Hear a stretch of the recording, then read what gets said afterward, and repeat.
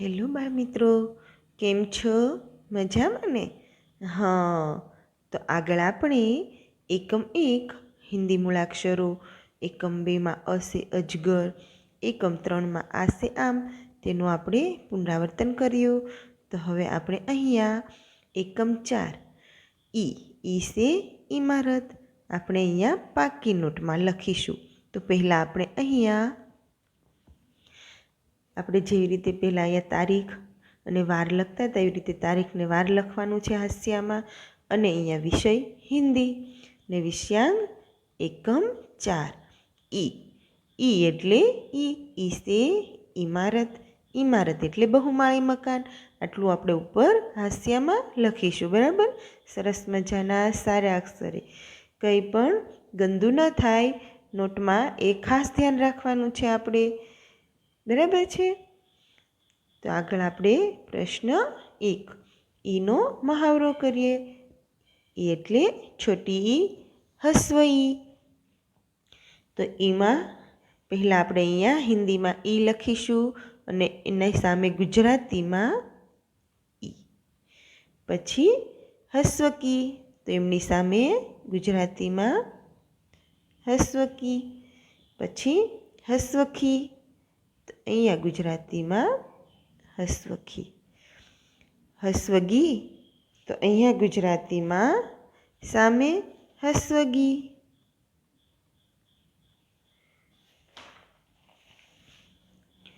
ને અહીંયા હિન્દીમાં હસ્વઘી, સામે ગુજરાતીમાં હસ્વઘી.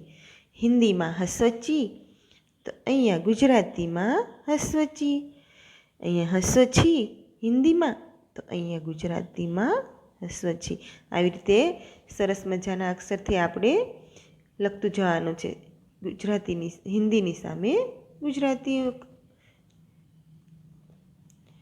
હસ્વજી એમની સામે ગુજરાતીમાં હસ્વજી. હસ્વ હિન્દી લખેલો છે, તો અહીંયા ગુજરાતીમાં હસ્વજી. પછી હિન્દીમાં હસ્વ ટી, તો અહીંયા આપણે લખીશું ગુજરાતીમાં હસ્વ ટી. અહીંયા હિન્દીમાં હસ્વ ઠી, તો આપણે અહીંયા લખીશું ગુજરાતીમાં હસ્વ ઠી. અહીંયા હસ્વ ડી, ગુજરાતીમાં હસ્વ ડી. પછી આગળ હિન્દીમાં હસ્વ ઢી, તો આપણે ગુજરાતીમાં હસ્વ ઢી લખીશું. બરાબર, આગળ હસ્વ અણી હિન્દીમાં, તો અહીંયા ગુજરાતીમાં હસ્વ અણી. હસ્વ તી હિન્દીમાં, ગુજરાતીમાં હસ્વતી. હિન્દીમાં હસ્વ થી, ગુજરાતીમાં હસ્વથી. પછી આગળ હસ્વ દી હિન્દીમાં, તો અહીંયા લખીશું આપણે ગુજરાતીમાં હસ્વદી. હિન્દીમાં હસ્વધી, તો અહીંયા ગુજરાતીમાં હસ્વધી. હસ્વની હિન્દીમાં, તો અહીંયા ગુજરાતીમાં હસ્વની. હસ્વ પી હિન્દીમાં, તો ગુજરાતીમાં હસ્વ પી. હસ્વ ફી, તો ગુજરાતીમાં આવશે અહીંયા હસ્વ ફી. પછી આગળ હસ્વ બી, તો અહીંયા ગુજરાતીમાં હસ્વ બી. હિન્દીમાં હસ્વ ભી, ગુજરાતીમાં હસ્વ ભી. અહીંયા હિન્દીમાં હસ્વ મી, તો અહીંયા ગુજરાતીમાં હસ્વ મી. હિન્દીમાં હસ્વ ઈ, ગુજરાતીમાં હસ્વ ઈ. હિન્દીમાં હસ્વ રી, ગુજરાતીમાં હસ્વ રી.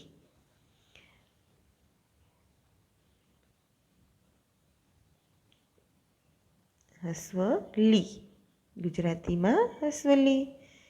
હિન્દીમાં હસ્વ વી, ગુજરાતીમાં હસ્વ વી. અહીંયા સી હિન્દીમાં હસ્વ શી, તો ગુજરાતીમાં સામે લખીશું હસ્વ શી. અહીંયા હસ્વ શી, તો ગુજરાતીમાં અહીંયા સામે લખીશું હસ્વ શી. અહીંયા હસ્વ સી, તો અહીંયા લખીશું ગુજરાતીમાં હસ્વ સી. ને છેલ્લે અહીંયા આવશે હિન્દીમાં હસ્વહી આપેલો છે, અહીંયા લખીશું આપણે હસ્વહી. પછી હસ્વ ક્ષી હિન્દીમાં લખેલો છે, તો આપણે અહીંયા લખીશું હસ્વ ક્ષી. હિન્દીમાં હસ્વ ત્રી, તો ગુજરાતીમાં એમની સામે લખીશું હસ્વ ત્રી. હસ્વ જ્ઞી, તો ગુજરાતીમાં લખીશું હસ્વ જ્ઞી. આવી રીતે આપણે હસ્વ ઈનો મહાવરો કર્યો, એટલે કે છોટી ઈનો. છોટી સે ઇમારત. હવે પ્રશ્ન 2, સોપાન લખો ને વાંચો. તો સોપાન આપણે છોટી ઈનું કયું સોપાન છે તમને યાદ છે ને, આપણે પાક્કું કરવાનું કીધું હતું, તો તમને યાદ જ હશે.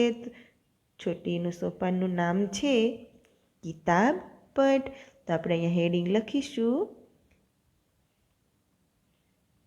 કિતાબ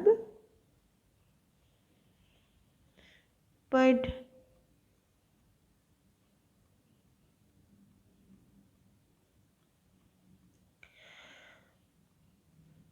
ને એનું પહેલું વાક્ય છે બિમલા આ.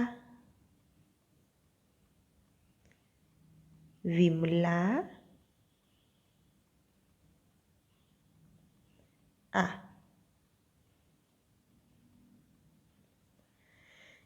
પછી બીજું વાક્ય છે ગિન ગિન ગિન.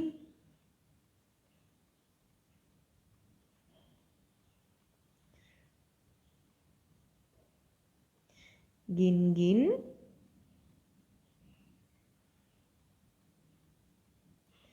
ગિન. ગિન ગિન ગિન ચીડિયા ગિન. શું ગિનવાનું કીધું છે? ચીડિયા ગિન.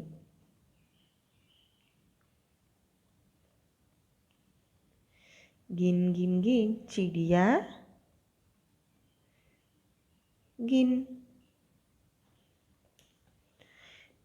પછી આગળ છે પઢ પઢ પઢ.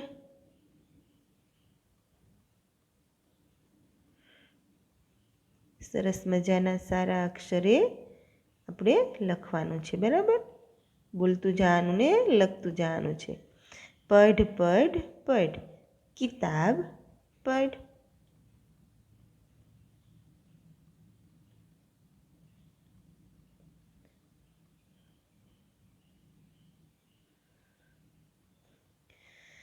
કિતાબ પઢ.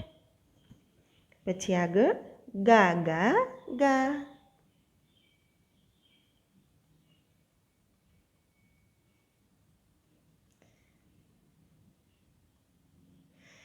ગા ગા ગા. સિતાર બજા.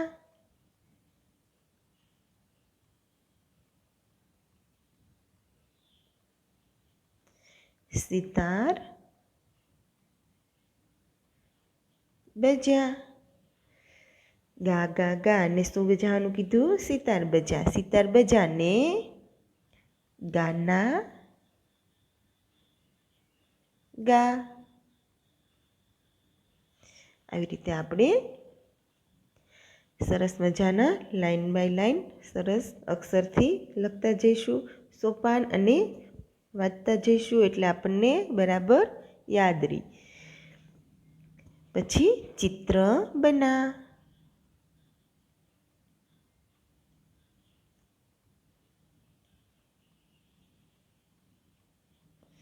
चित्र बना. आम का चित्र बना. શેનું ચિત્ર બનાવવાનું કીધું છે? આમ.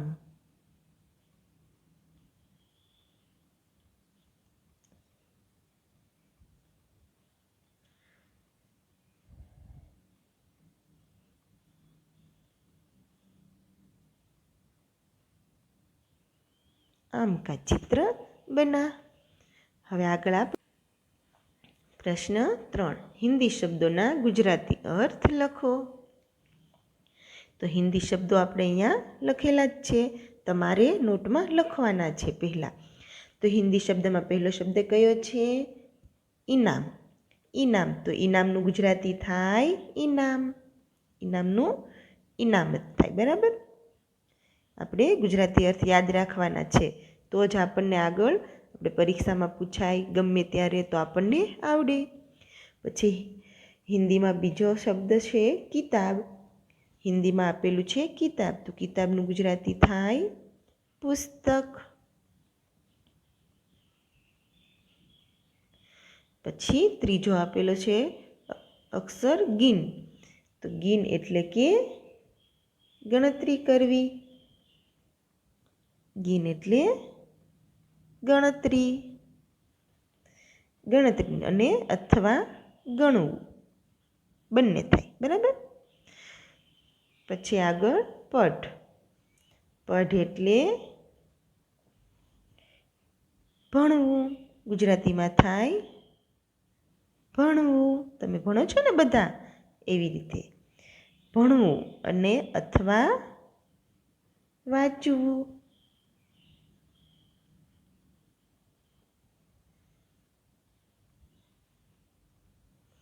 પછી છે હિન્દી શબ્દ ડાકિયા, તો ડાકિયાનું થાય ગુજરાતી ટપાલી. પછી છે હિન્દી શબ્દ હિરણ, તો હિરણનું થાય હરણ. હિરણનું ગુજરાતી શું થાય? હરણ. પછી હિન્દી શબ્દ આપેલો છે ગિલાસ. ગિલાસનું થાય હિન્દી શબ્દ ગિલાસનું થાય ગુજરાતી ગ્લાસ. પછી છે ચીમટા. હિન્દી શબ્દ આપેલો છે ચીમટા, તો એનું ગુજરાતી થાય ચીપિયો. શું થાય? ચીપિયો. પછી આપેલું છે હિન્દી શબ્દ કિસાન. કિસાન એટલે ખેડૂત.